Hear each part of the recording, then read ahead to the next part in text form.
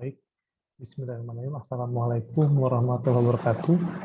Selamat bertemu kembali. Di pertemuan ini kita akan membahas terkait penulisan artikel ilmiah yang pertama.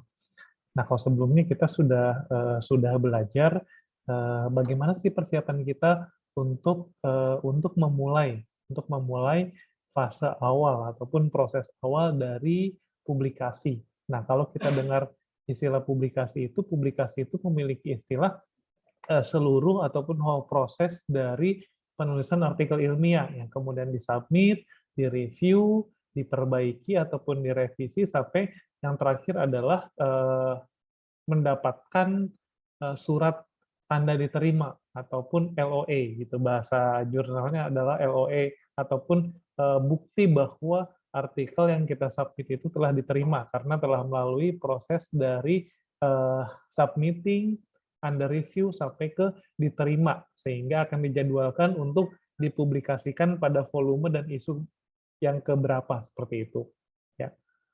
Nah, untuk proses yang pertama pada penulisan artikel ilmiah ini tentunya kita melakukan pencarian jurnal yang memang bisa dibilang kredibel dan juga memiliki peluang tinggi untuk artikel kita dapat diterbitkan di jurnal tersebut gitu. Nah, ini indikatornya apa saja sih? Sekarang mari kita lihat. Nah, saya sendiri jika memang ada suatu artikel yang akan diterbitkan di jurnal nasional terakreditasi, site rujukannya yaitu adalah Sinta. Nah, ini bisa kalian akses dengan alamat sinta.kemdikbud.co.id. Kemudian pilih menunya Sources dan juga pilih Journals. Seperti itu. Nah, di sini ketika kita memang istilahnya adalah pemula ataupun seorang peneliti junior yang akan mencoba untuk belajar bagaimana sih caranya publish ataupun publikasi di jurnal ilmiah nasional terakreditasi, sasarannya adalah Sinta 3 sampai ke Sinta 6. Seperti itu. Kalau Sinta 1 dan Sinta 2, ini mayoritas ataupun sebagian besar manuskrip yang kita buat harus dalam bahasa Inggris ataupun dengan kualitas baik itu kesesuaian dengan template dan juga yang kedua adalah substansi dari artikelnya ini memiliki kategori yang cukup baik. Nah, barulah kita bisa percaya diri untuk mencoba submit ke jurnal di kategori Sinta 1 dan Sinta 2 gitu. Namun saat kita adalah peneliti junior ataupun yang baru belajar untuk publish ke jurnal nasional terakreditasi, rujukannya adalah Sinta 3, 4, 5, dan 6. Kemudian saya coba akan menunjukkan jurnal-jurnal yang memang masuk kategori Sinta 3. Nah, ini saya bisa menuliskan keyword yang pertama ilmu komputer ataupun yang kedua teknik informatika seperti itu. Nah, ini saya coba memasukkan ilmu komputer. Di sini ada dua rekomendasi. Yang pertama ada simetris, jurnal teknik mesin elektro dan ilmu komputer. Yang kedua ada informatika Mula Warman, jurnal ilmiah ilmu komputer. Kemudian ketika keywordnya saya ubah ataupun saya coba dengan jenis lain ataupun dengan keyword lain yaitu teknik informatika. Nah, ini terdapat beberapa. Nah, terdapat beberapa yang menunjukkan empat jurnal yang memang masuk kategori dari Sinta 3. Ada Jurnal Nasional Pendidikan Teknik Informatika, ada Sinkron, Jurnal Teknik Informatika, maupun JATISI, Jurnal Teknik Informatika dan Sistem Informasi. Nah, seperti itu. Ketika dua keyword itu kita gunakan, maka akan muncul. Nah, dua keyword itu adalah dua kata kunci yang memang lingkupnya besar gitu. Ilmu komputer sangat luas. Kemudian teknik informatika pun luas. Sekarang ketika kita coba informatika saja, nah ini hasilnya lebih banyak lagi gitu. Tadi teknik informatika dengan informatika akan lebih banyak hasilnya itu dengan keyword informatika gitu. Jadi menunjukkan bahwa informatika lebih general ataupun lebih umum daripada teknik informatika. Nah, di sini terdapat beberapa rekomendasi yang dapat kita pilih. Nah, sekarang kita kembali ke keywordnya ilmu komputer tadi. Yang pertama kita lihat ilmu komputer itu di sana rekomendasi yang kedua yang akan kita coba pilih, yaitu Informatika Mula Warman. Nah, ini ketika saya klik, ini menunjukkan beberapa informasi penting gitu. Untuk informasi pentingnya ternyata memang dari tahun 2017 awal mula munculnya akreditasi Sinta ini 2017, Informatika Mula Warman tuh langsung memperoleh predikat Sinta kategori 3 ataupun Sinta 3. Nah, terbukti bahwa memang dari dulu pun Informatika Mula Warman ini memang sudah dikatakan pengelolaannya sudah baik gitu, dengan hasil 2017 Sinta 3 terus per tahun, dan Informatika Mula Warman ini mempertahankan status Sinta 3-nya sampai ke 2021. Nah, mungkin saja di 2022 akan mencoba untuk naik peringkat, yaitu ke Sinta 2, seperti itu. Nah, di sini terlihat ada tombol untuk mengarah ke websitenya ataupun melihat editornya.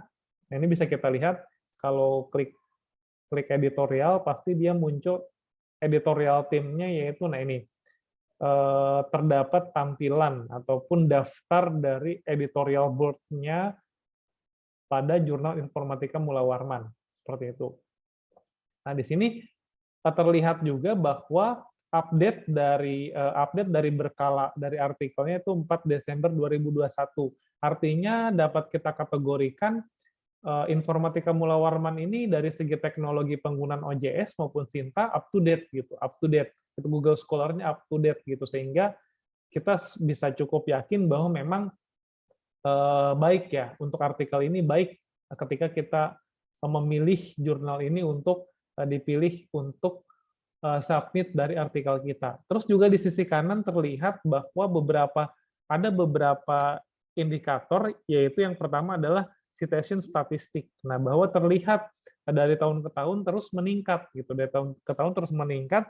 Ini dapat memberikan informasi bahwa memang isi ataupun kualitas substansi dari artikel-artikel yang disubmit ke jurnal ini memang dikatakan cukup baik gitu, terlihat dengan setiap tahun itu meningkat untuk statistik dari citasinya, seperti itu ya. Nah, langsung saja kita mulai mengarah ke websitenya.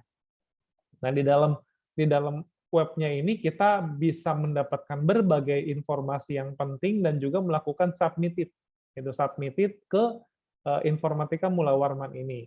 Nah, di halaman awal itu ataupun di halaman beranda ataupun di home ini terdapat beberapa informasi.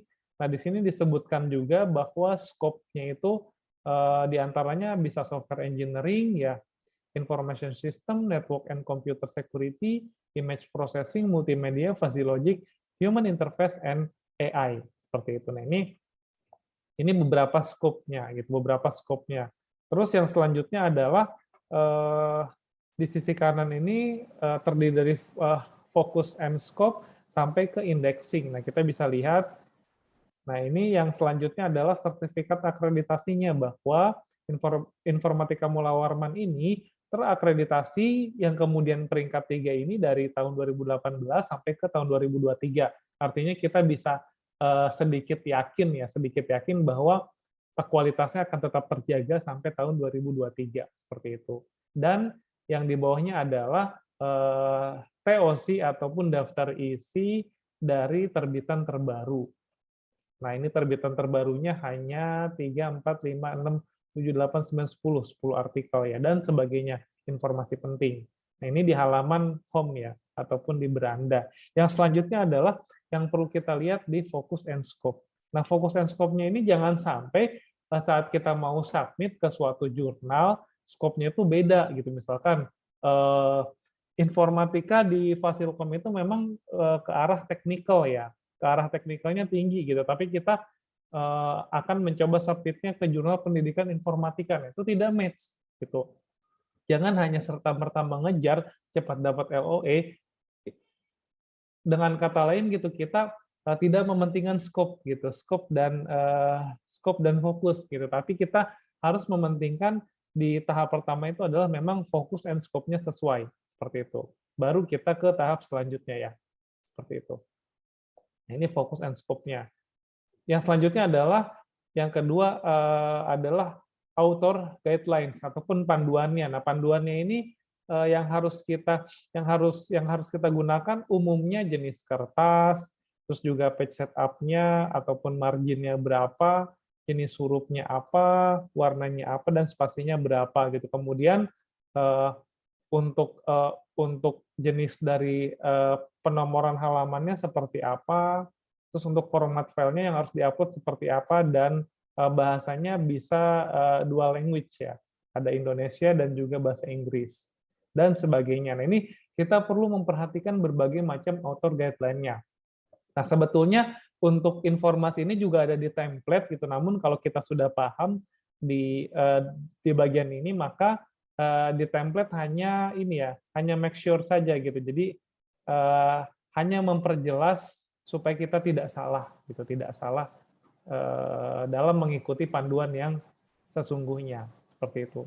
Terus di sini juga ada informasi untuk bayarnya berapa sih? Nah, untuk artikel submission-nya Rp0, namun ketika sudah diterima dan akan dipublikasi, maka author ini ataupun kita yang melakukan submit harus membayar Rp500.000 untuk biaya publikasinya. Nah, ini harus dipahami juga gitu, jangan sampai sudah milih tahu-tahu harganya besar banget gitu, kita tidak mampu seperti itu. Nah, itu harus diperhatikan. Terus yang selanjutnya adalah ada publication etik juga, ini juga harus dibaca ya sekilas gitu. Yang penting kita paham apa saja sih etika gitu. Etika ketika kita akan berproses untuk submit di sini. Gitu. Kemudian yang selanjutnya adalah screening for plagiarism. Nah, ini dikatakan gitu untuk cek plagiasinya di sini menggunakan aplikasi plagiarism checker ataupun Turnitin. Nah, ada baiknya kita melakukan cek Turnitin terlebih dahulu gitu. Jadi supaya match nih. Oh, kita sudah cek kok bahwa tingkatnya segini. Terus kemudian akan dicek oleh publisher-nya ternyata berbeda. Nah, bisa didiskusikan perbedaannya apa sih? Apakah fitur-fitur di Turnitin yang memang berbeda sehingga lebih apa ya gitu, lebih fresh gitu, lebih lengkap, ataupun seperti apa. Nah, itu bisa didiskusikan ya. Terus juga nanti akan diinformasikan tingkat dari maksimal similarity-nya berapa juga ada gitu, dan sebagainya. Seperti itu. Nah, itu informasi-informasi yang harus kita baca gitu. Jadi sempatkan waktu untuk membaca sebelum download template gitu. Jadi jangan buru-buru download template-nya baru baca, tapi sempatkan dulu membaca. Tidak banyak gitu. Hanya butuh waktu setengah jam untuk memahami seluruh informasi. Kemudian jangan lupa kita melihat archive dulu, archive ataupun arsip ya. Nah, di sini kita bisa melihat bahwa jurnal ini dalam setahun itu menerbitkan berapa kali terbitan sih gitu, berapa kali nomor. Oh, ternyata di tiap tahun itu hanya menerbitkan 2 nomor. Nah, ini bisa kita memasang strategi. Wah, kalau ingin submit ke sini yang setahunnya hanya 2 nomor dan satu nomornya itu hanya terdiri dari 10 artikel, cukup sulit nih gitu. 1 2 3 4 5 6 7 8 9 10. Nah, ini cukup sulit gitu. Tapi kan di sini indikator yang digunakan apa? Kalau hanya menerbitkan 10 artikel per satu nomor, berarti kemungkinan ketika kita sudah mendapatkan LOA, jarak dengan publish-nya itu cukup lama. Tidak masalah, yang penting kita punya LOA-nya dulu gitu. Karena syarat lulus di Unsika itu adalah mendapatkan LOA ataupun bukti bahwa artikel kita sudah diterima. Nah, permasalahannya akan dipublish sebulan apa, tahun berapa, itu tidak jadi persoalan. Gitu. Yang penting artikel kita sudah memegang status diterima oleh jurnal tersebut gitu ya. Seperti itu. Nah, bisa juga jika strateginya ingin sapu bersih gitu. Jadi LOE-nya dapat, kemudian jarak dengan publikasinya tidak lama, bisa melihat suatu jurnal yang memang setahun itu 3 kali menerbitkan ataupun 3 nomor, dan satu nomornya itu banyak sekali jumlah artikelnya. Nah, itu bisa juga dilakukan, cuma balik lagi akan memakan waktu proses dari reviewnya. Nah, ini ada plus minusnya sebetulnya, tapi yang manapun yang dipilih silakan gitu. Yang penting perhatikan dengan baik, sesuaikan dengan template dan skopnya sama gitu. Kalau skopnya beda bisa-bisa langsung ditolak ataupun di reject. Seperti itu ya. Baik. Nah, ini seperti itu untuk informasi-informasinya, dan untuk yang lainnya bisa bisa dicari ataupun dilihat dengan baik untuk indexingnya ataupun artikel yang telah terpublikasi di jurnal ini akan terindeks oleh Google Scholar, ada WordCat, Root, ada Sinta, Crossref, OneSearch, Best, Selit, terus ada juga Academic Resource Index, Indeks Copernicus, DRJI, dan sebagainya. Ini cukup banyak sekali. Jadi artikel kita memungkinkan akan banyak dibaca oleh orang seperti itu. Namun balik lagi, jika memang kualitasnya baik. Gitu. Kalau kualitasnya tidak baik, biarpun indexingnya banyak, rasanya orang ya ataupun pembaca akan berpikir 2 kali untuk membaca artikel kita, gitu ya. Seperti itu. Baik, jika ada pertanyaan bisa ditulis di kolom komentar ya gitu. Jadi silakan ditulis, nanti akan dijawab di video selanjutnya ataupun di materi selanjutnya. Seperti itu. Nah, ini kita juga bisa lihat susunan dari editornya ya. Nah, ini editornya siapa saja gitu. Jadi editor ini adalah orang ataupun pengelola yang pertama kali akan melihat gitu kesesuaian dari artikel yang kita submit dari segi fokus dan skopnya, dari segi kesesuaian template-nya. Kalau biasanya tidak sesuai fokus dan skopnya ataupun berantakan gitu cara kita untuk mengisi template-nya dan menulisnya, maka langsung di-reject oleh editor gitu. Nah, kalau seorang editor ini telah mengatakan cocok untuk dilanjutkan, maka selanjutnya akan dilanjutkan ataupun direview oleh reviewers ataupun mitra bestari. Nah, ini susunan dari reviewers ataupun mitra bestarinya. Gitu. Dan juga di sini disampaikan informasi untuk mitra bestarinya siapa saja, di volume berapa saja gitu. Jadi seperti itu ya. Jadi di sini ada yang memang reviewer tetap, ada juga mitra bestari yang memang sifatnya itu diundang ya ataupun berbeda-beda itu di setiap isu ataupun di setiap volume seperti itu ya. Baik, seperti itu untuk informasinya. Nah, ini kemudian, ini tadi sudah dijawab ya ataupun sudah disampaikan bahwa apa sih yang harus kita teliti, berbagai informasi sebelum kita akan publish itu seperti apa gitu ya. Nah, tahap selanjutnya adalah kita mulai proses dari menulis jurnal. Nah, tadi kita sudah memahami fokus and scope itu, kemudian sudah mempelajari author guidelines-nya seperti apa, kemudian kita mulai mencoba untuk menulis. Nah, untuk mencoba untuk menulis, yang pertama harus kita lakukan adalah download template-nya. Download template di sini, di bagian bawah ya, ada jurnal template. Ini bisa kita open. Seperti apa isinya.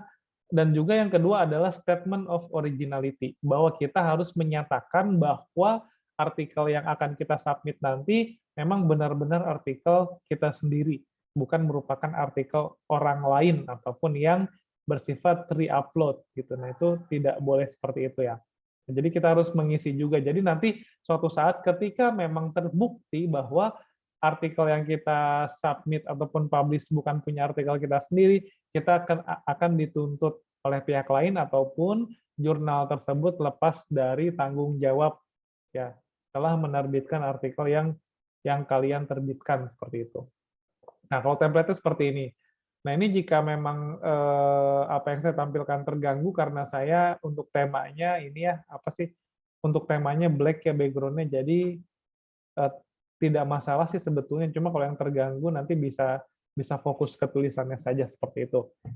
Nah, di sini ketika kita sudah mendapatkan template-nya, fokus kita adalah mengikuti aturan yang memang terdapat di template-nya. Mulai dari judul jurnal, di sini disampaikan judul harus jelas, lugas, dan informatif. Gitu. Jadi jangan bertele-tele, jangan juga terlalu panjang. Nah, formatnya harus capitalize each word, ataupun huruf pertama pada setiap kata itu besar, kecuali kata sambung. Yang, dan, sebagai, pada, dan sebagainya itu adalah kata sambung. Ya, jadi yang besar itu adalah huruf pertama pada setiap kata, kecuali kata sambung. Jenis hurufnya Times New Roman, ukurannya 14, tipenya ataupun stylenya bold, atau penggunaan style judul jurnal, seperti itu. Terus ini untuk susunan penulisnya, untuk penggunaan stylenya itu pilih yang author ya, author, terus juga, nah jadi di sini kalau ada rekomendasinya style ini artinya di template-nya sudah menyediakan beberapa style yang dibuat secara custom.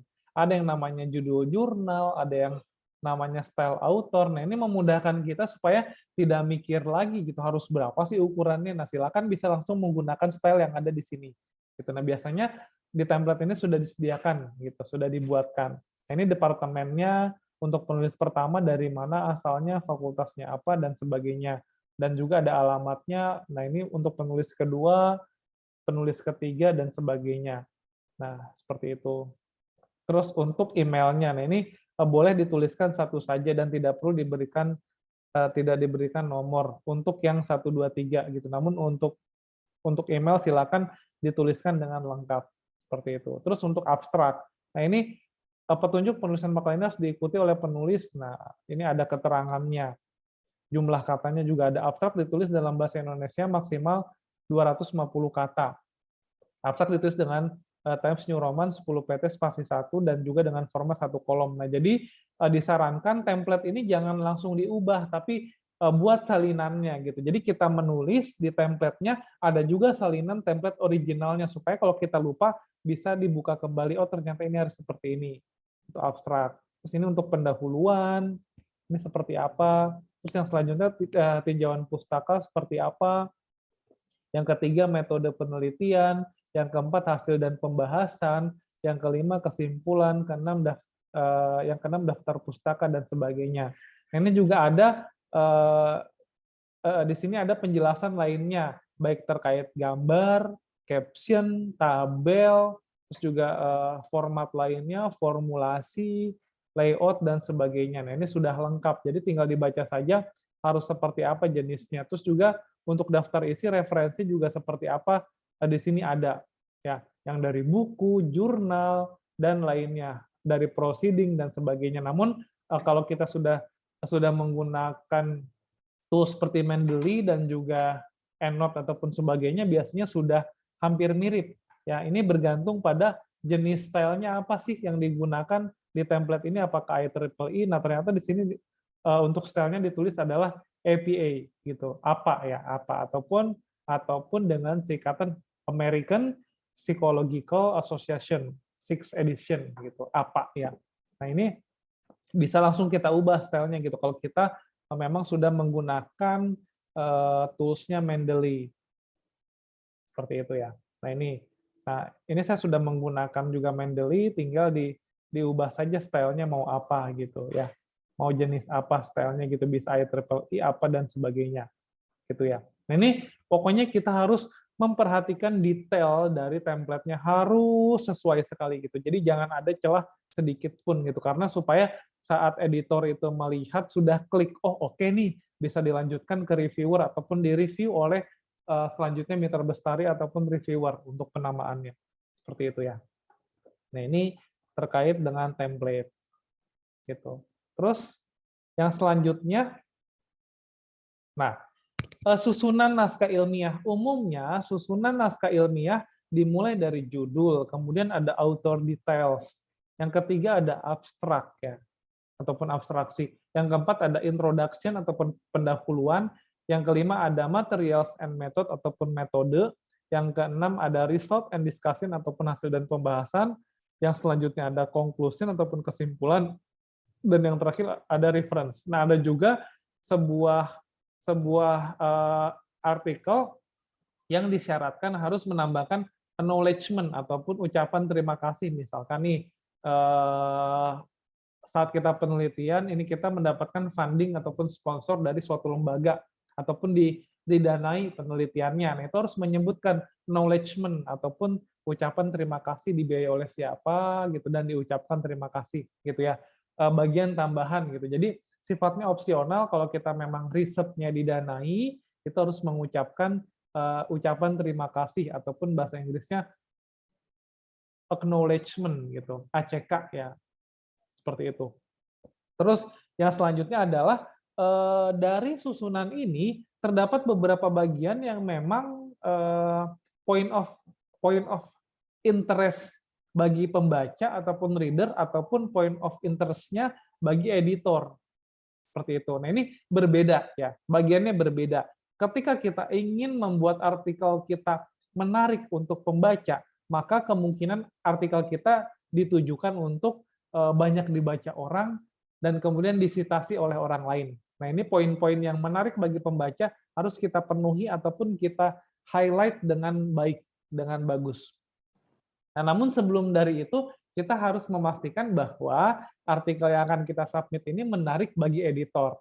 Percuma ya, menarik bagi pembaca tapi tidak menarik bagi editor, wah ini percuma sekali. Jadi akan di-reject gitu, ditolak sebelum terpublikasi. Jadi siapa yang mau baca kalau artikelnya ditolak seperti itu. Nah, ini jadi yang pertama harus kita penuhi adalah menarik bagi editor. Nah, namun dua-duanya sih sebetulnya harus ini ya, harus disampaikan dengan baik gitu. Jadi bagian-bagian yang menarik bagi pembaca yang pertama ada judul, nah ini harus dibuat tadi ya, lugas, menarik, informatif dan sebagainya. Terus juga bagian abstraknya juga harus diisi dengan bagian-bagian yang penting dan sesuai ya. Jadi jangan terlalu panjang juga dan juga jangan terlalu pendek. Jadi harus pas ya, sesuai. Terus yang terakhir adalah conclusion ataupun kesimpulan gitu. Jadi biasanya si pembaca skimmingnya judul, abstrak dan kesimpulan. Nah, kalau di judul itu menarik apa enggak sih ini isinya, terus diperkuat dengan abstrak dan juga dibaca kesimpulannya. Biasanya di kesimpulan juga tertera saran ya ataupun kekurangan dari penelitian pada paper ini gitu. Nah, itu poin-poin menarik gitu. Jadi, sebelum membaca seluruhnya biasanya reader ataupun pembaca itu membaca 3 bagian itu, seperti itu. Nah, namun bagian kedua adalah apa saja sih yang menarik bagi editor? Yang pertama ada judul, sama ya, judul. Kemudian yang kedua ada abstrak dan yang ketiga ada introduction gitu ya. Ada yang ketiga ada introduction gitu. Jadi 3 bagian ini yang memang dilakukan skimming oleh editor gitu. Jadi bagus nggak sih ini artikel gitu? Apakah susunannya sudah sesuai gitu? Jadi di judul, abstrak dan introduction-nya apakah sudah sesuai? Ketika sudah sesuai bisa dilanjutkan untuk kemudian direview oleh reviewer seperti itu ya. Nah, ini mengapa seperti ini? Nah, ini mengapa seperti ini gitu. Jadi ini bisa kita lihat untuk point of view dari reader-nya tadi ya, ada judul, abstrak, dan juga bisa dilihat di conclusion ataupun kesimpulan. Nah, sedangkan point of view untuk editornya, ini adalah bagian-bagiannya bisa dari judul, abstrak, dan juga ada introduction-nya. Apakah memang sudah sesuai ataupun belum. Nah, mengapa seperti itu? Nah, karena untuk editor sendiri, yang pertama, menghandle, ini untuk tulisannya typo ya, jadi menghandle ataupun menangani submission manuskrip yang sangat banyak gitu. Jadi kalau memang jurnalnya sudah kredibel, sudah bagus, sudah baik, maka akan antri artikel yang ingin disubmit gitu di jurnal tersebut. Nah, ini menghandle banyak submission manuskrip gitu. Yang poin kedua adalah juga menghandle proses revisi gitu. Jadi untuk editor ini sedikit gambaran ketika ada artikel masuk dicek ya kesesuaiannya kemudian diteruskan ke reviewer. Nah, setelah reviewer dia memberikan masukan dicek kembali oleh seorang editor kemudian diteruskan kembali ke author. Nah, setelah si author ini memperbaiki dicek oleh editor, diteruskan lagi ke reviewer. Jadi banyak sekali pekerjaannya. Dan yang terakhir adalah minim waktu. Makanya seorang editor akan melakukan skimming ataupun membaca cepat dan sekilas terhadap judul, abstrak, dan juga introduction-nya tadi. Seperti itu. Nah, baik. Untuk sampai pertemuan kali ini, sampai di situ nanti akan kita lanjutkan di tahapan ini ya, tahapan secara detail dari mulai judul sampai reference di pertemuan selanjutnya. Nah, sedikit gambaran untuk UAS-nya. Jadi UAS yang harus dikerjakan yaitu menulis sebuah artikel ilmiah ya, menulis sebuah artikel ilmiah yang memang berlandaskan dari misal gitu. Kalau memang ikut kelas saya di machine learning berarti tinggal meneruskan saja. Gitu. Kalau di machine learning adalah bagaimana membuat aplikasinya terkait machine learning kemudian dituliskan ke dalam paper yang bisa diklaim untuk UAS-nya di penulisan karya ilmiah. Namun kalau tidak ikut di di mata kuliah di machine learning bisa menggunakan mata kuliah lain yang sama-sama memang teknikal dan juga membuat paper sesuai dengan proyek akhirnya. Nah, syukur-syukur kalau memang di mata kuliah teknikal tadi memang tugas akhirnya juga paper, tinggal reclaim saja ataupun melakukan klaim kembali bahwa Pak, ini saya sudah punya papernya gitu, tinggal digunakan. Ya, namun harus memperhatikan kualitas sesuai dengan pertemuan perkuliahan yang telah kita lalui dari mulai pertama sampai di satu pertemuan lagi gitu. Jadi 2 pertemuan digunakan untuk menilai dari kualitas papernya ataupun saya perlu melakukan assessment terhadap artikel yang dibuat gitu. Nanti hasil assessment itu akan saya sampaikan juga melalui video seperti itu ya. Baik, nah itu sedikit spoiler ataupun gambaran dari tugasnya. Jadi mohon disiapkan tugasnya dengan baik. Nah, tugas ini akan dipublish mulai hari Kamis gitu. Jadi setelah pertemuan yang selanjutnya di hari Kamis, kemudian akan saya jelaskan tugas dari UAS-nya secara lengkap seperti itu. Baik, itu saja yang bisa saya sampaikan. Kurang lebihnya mohon maaf. Sampai jumpa di pertemuan selanjutnya. Saya tutup. Assalamualaikum warahmatullahi wabarakatuh.